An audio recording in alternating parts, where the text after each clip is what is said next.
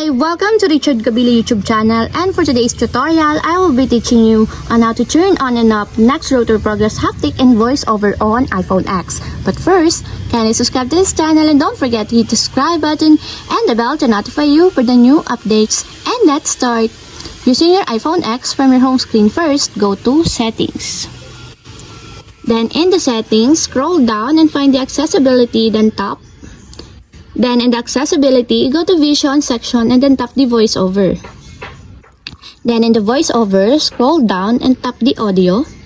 Then after that, in the audio, tap the sound and haptics.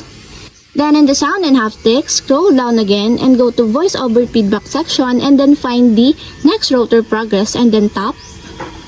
Then in the next rotor progress, find the haptic, and as you will see, there's a switch button located on the side of it. Then all you have to do is just tap it to enable until it becomes green.